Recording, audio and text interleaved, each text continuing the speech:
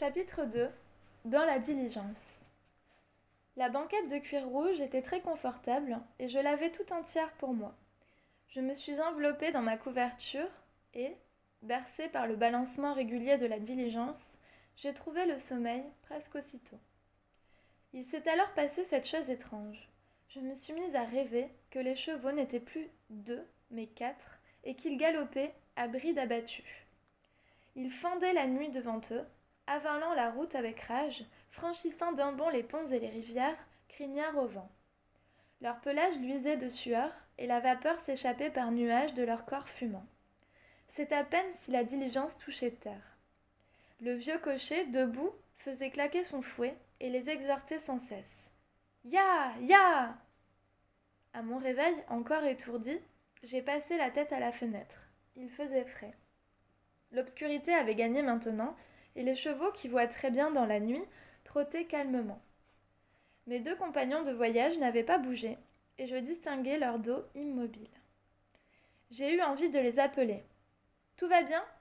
Juste pour entendre une voix, mais j'ai pensé qu'ils s'étaient peut-être assoupis, que les chevaux allaient tout seuls, et je me suis tue. J'ai regardé longtemps les étoiles dans le ciel, puis je me suis rendormie d'un sommeil tranquille et profond. Voilà comment s'est passée cette première nuit dans la diligence.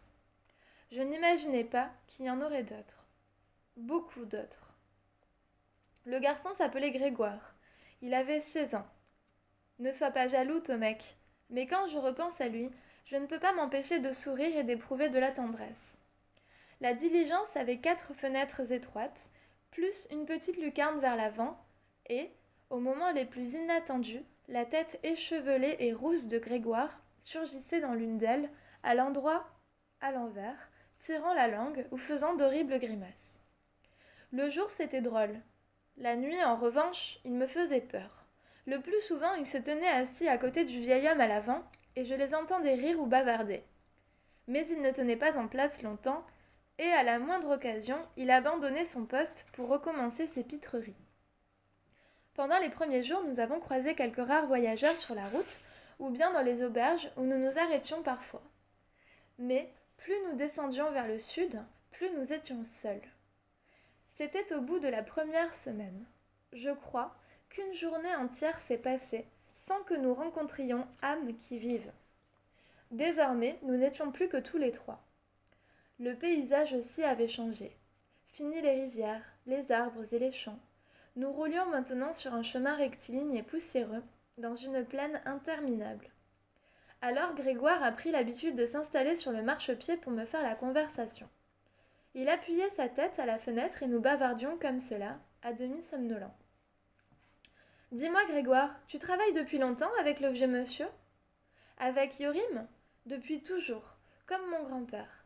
Mon grand-père et mon arrière-grand-père. Ils ont toujours travaillé pour lui. »« Il est bien vieux alors ?»« Oui, il est bien vieux. » Nous ne pouvions nous taire plusieurs minutes avant de reprendre. « Et quel âge a-t-il donc ?»« Il aura 100 ans le mois prochain. »« 100 ans ? Oui, 100 ans. Il les fêtera à Bambaïtan. »« À Bambaïtan ? Tu veux dire que nous n'y serons pas avant le mois prochain ?»« Je n'ai pas dit ça. Veux-tu un peu d'eau fraîche ?» Sans attendre ma réponse, il atteignait la malle arrière en quelques acrobaties et m'en rapportait un gobelet d'eau, quelques fruits secs ou un morceau de fromage. Il me parlait volontiers de tout et de rien, mais dès qu'il s'agissait de notre voyage, il était difficile de lui tirer plus de 4 mots. Comment se fait-il, Grégoire, que je sois la seule passagère ? Tu t'en plains ? Tu es maltraitée ? Maltraitée ? C'était tout le contraire. Au fil des jours et des nuits, il me venait même à l'idée que j'étais une princesse dans son carrosse, que Yorim le vieux cocher était mon père le roi, et Grégoire, mon prince. J'adorais nos campements du soir. C'était l'occasion de se dégourdir les jambes. Grégoire bondissait en tous sens. Allumer un feu, préparer le repas, s'occuper des chevaux, il savait tout faire. Je l'aidais de mon mieux. Nous mangions toujours dans la bonne humeur et les soupes les plus ordinaires semblaient succulentes. La nuit venue, Grégoire lavait les pieds de Yorim dans une cuvette d'eau savonneuse. Il faisait cela en silence et prenait tout son temps. Je dormais seule dans la diligence. Grégoire et Yorim, eux, couchés dessous, bien emmitouflés dans leur couverture. Certaines nuits, le vieillard ronflait très fort, et cela nous faisait rire. Le matin, Grégoire ranimait le feu pour le café. Nous prenions un bon petit déjeuner, et nous repartions dès le lever du soleil, toujours droit vers le sud. Un beau jour, j'ai demandé à Grégoire « Qu'allez-vous faire à Bambaitan ?» Il s'est troublé un instant, puis il a éclaté de rire. « Et vous, mademoiselle ?» Moi, je n'ai pas ri, et il a compris que cette fois, il fallait me servir autre chose qu'une bêtise. Je te le dirai quand nous serons de l'autre côté de ça. J'ai suivi du regard la direction de son doigt. Au loin, une gigantesque chaîne de montagnes barrait l'horizon. Nous allons traverser cette montagne ? Il le faudra bien. C'est haut ? Ça s'appelle la route du ciel. La route du ciel ? Oui, il paraît que là-haut, on a l'impression d'être dans le ciel. Il paraît ? Tu n'y es jamais allé, toi ? Personne n'y est passé depuis plus de 50 ans. Ah, et pourquoi donc ? Je ne sais pas. Et Yorim, il la connaît, lui ? Je te dirai tout une fois de l'autre côté, si on y arrive. Je n'ai pas pu en savoir davantage. 2 jours plus tard, nous étions parvenus au pied de cette montagne et le chemin a commencé à monter. Cela changeait de la grande plaine ennuyeuse. Comme les chevaux allaient au pas, je pouvais les suivre sans trop de peine derrière la diligence. À la fin de l'après-midi, nous avions déjà atteint une bonne altitude, car l'air était vif. Nous avons installé notre campement près d'un magnifique lac vert. Mais pas question de se baigner dans son eau glacée. Autour du feu, Grégoire n'a pas dit plus de 3 mots ce soir-là. Il levait à chaque instant les yeux vers le sommet de cette montagne que nous aurions à franchir le lendemain, et il avait du mal à cacher son inquiétude. Yorim, lui, paraissait aussi tranquille qu'à son habitude. Dès le lendemain matin, j'ai compris que la route du ciel n'avait de route que le nom. En réalité, ce n'était qu'un chemin malaisé qui s'élevait en lacets innombrables. Parfois, il fallait même s'arrêter pour dégager les pierres qui encombraient le passage. Nous n'avancions plus qu'à grand-peine. Il était midi passé, et le chemin se faisait de plus en plus étroit quand Grégoire a poussé un cri de terreur et d'émerveillement à la fois. Comme je marchais un peu à la traîne, j'ai couru dépasser la diligence et à mon tour, je n'ai pu m'empêcher de crier. Le chemin semblait se jeter dans le vide et les chevaux avaient stoppé net. J'ai saisi le bras de Grégoire et nous nous sommes avancés avec prudence. Un canyon gigantesque séparait la montagne en deux. « Regarde au fond du défilé, m'a-t-il soufflé. C'est l'ancienne route, celle qu'on empruntait du temps de Yorim. Et on n'y passe plus ? Non, à cause du grand effondrement. C'est arrivé il y a une 50aine d'années. Des rochers énormes ont roulé dedans et ont obstrué le passage. Voilà pourquoi nous avons pris ce chemin. Autrefois, c'était celui des voleurs et des brigands. Nous sommes restés un long moment silencieux. Des aigles aux ailes immenses planaient dans le ciel. Ainsi s'achève notre voyage, avons-nous pensé, et nous nous sommes retournés vers Yorim. À notre grand étonnement, le vieil homme n'était plus assis à sa place, il se tenait debout contre la paroi rocheuse et observait l'étroit chemin accroché à la falaise. Nous avons compris aussitôt à quoi il songeait, et d'une même voix nous l'avons supplié. « Yorim, non !» Il nous a fait signe de venir à lui, et il a parlé ainsi.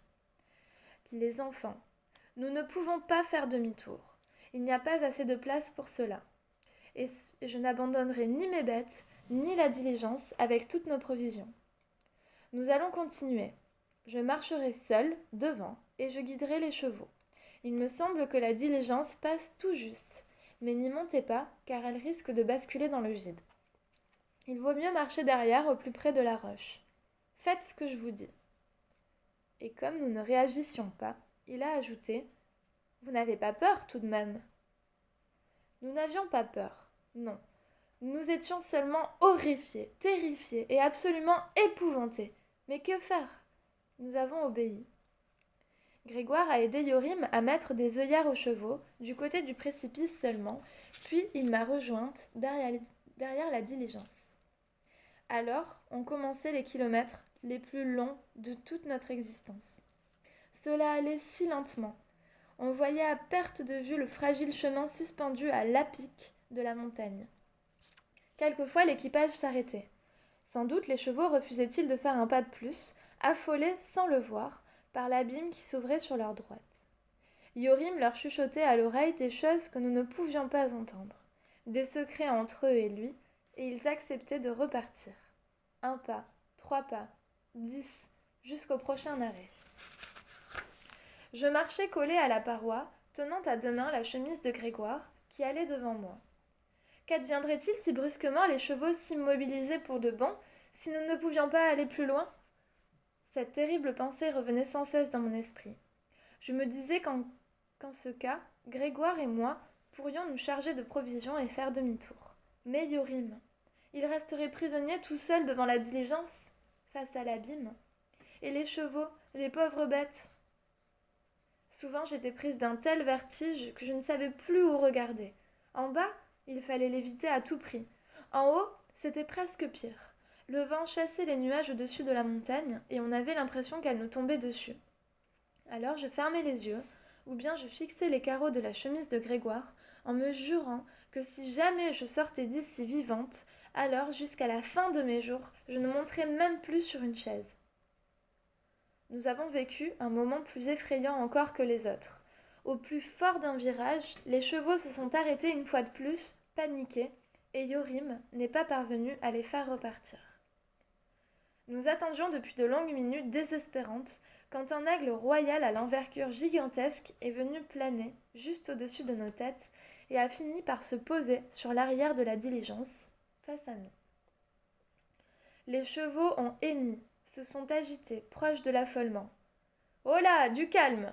leur a ordonné Yorim. « Fiche le camp, saleté de bestiole !» a juré Grégoire. Mais le rapace nous fixait de ses yeux cruels.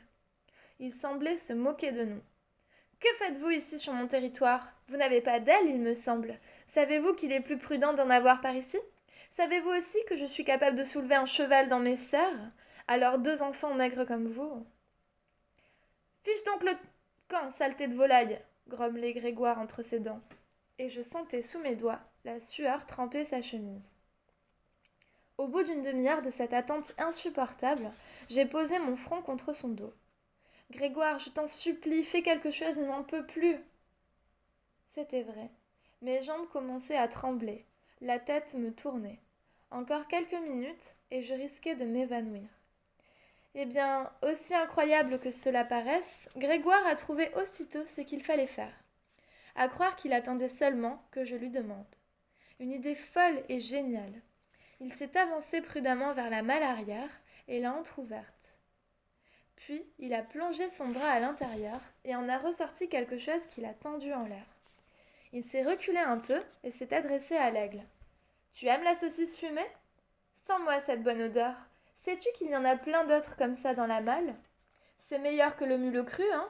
Tiens, régale-toi mon poulet. » Et comme l'aigle intéressé observait la saucisse en inclinant la tête, Grégoire l'a agitée au bout de ses doigts, puis jetée sur le rebord de la malle entr'ouverte. « Va, mon gros, ce n'est que l'entrée. Le menu complet t'attend à l'intérieur. Pain de seigle, viande séchée, maïs, fromage de chèvre, gâteau de semoule. Allez !» L'aigle a sauté maladroitement près de la saucisse et l'a considérée longuement. Son bec était aiguisé comme la lame d'un rasoir. Tout se jouait là. Ou bien les aigles royaux aimaient la saucisse fumée, ou bien ils ne l'aimaient pas. Jamais je n'aurais imaginé que ma vie dépende de la réponse à cette question idiote. Le miracle s'est produit. L'aigle aimait la saucisse. Il l'a déchiquetée et engloutie en un rien de temps. Puis il a avancé sa tête à l'intérieur de la malle. « Allez, mon pigeon, allez !» l'implorait Grégoire. « Entre donc. Je te ferai un prix d'amis, je t'offrirai le café. » Les plumes de la queue dépassaient encore quand Grégoire a bondi et claqué le couvercle de la malle. Aussitôt, les chevaux se sont remis en route et en quelques secondes, ils ont franchi le virage devant lequel ils étaient restés si longtemps paralysés. « Oh là, doucement !» a dû leur commander Yorim. À l'intérieur de la malle, l'aigle menait grand tapage. Il criait, battait des ailes. mais il pouvait bien fulminer et se déchaîner à son aise. Nous n'avions plus rien à craindre de lui.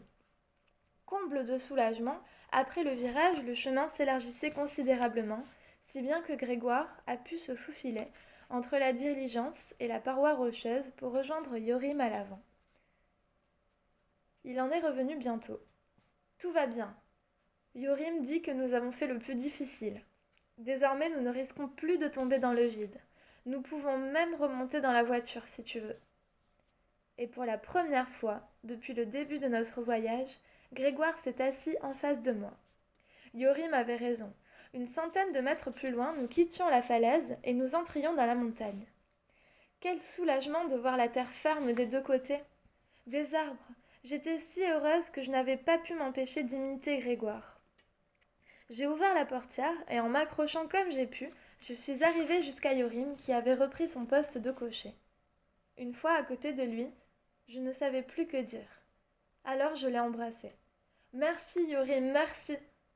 Oh, mademoiselle Anna, a bougonné le vieillard un peu surpris de me voir là. Ce que vous venez de faire n'est pas raisonnable. Vous auriez pu tomber et vous tordre une cheville.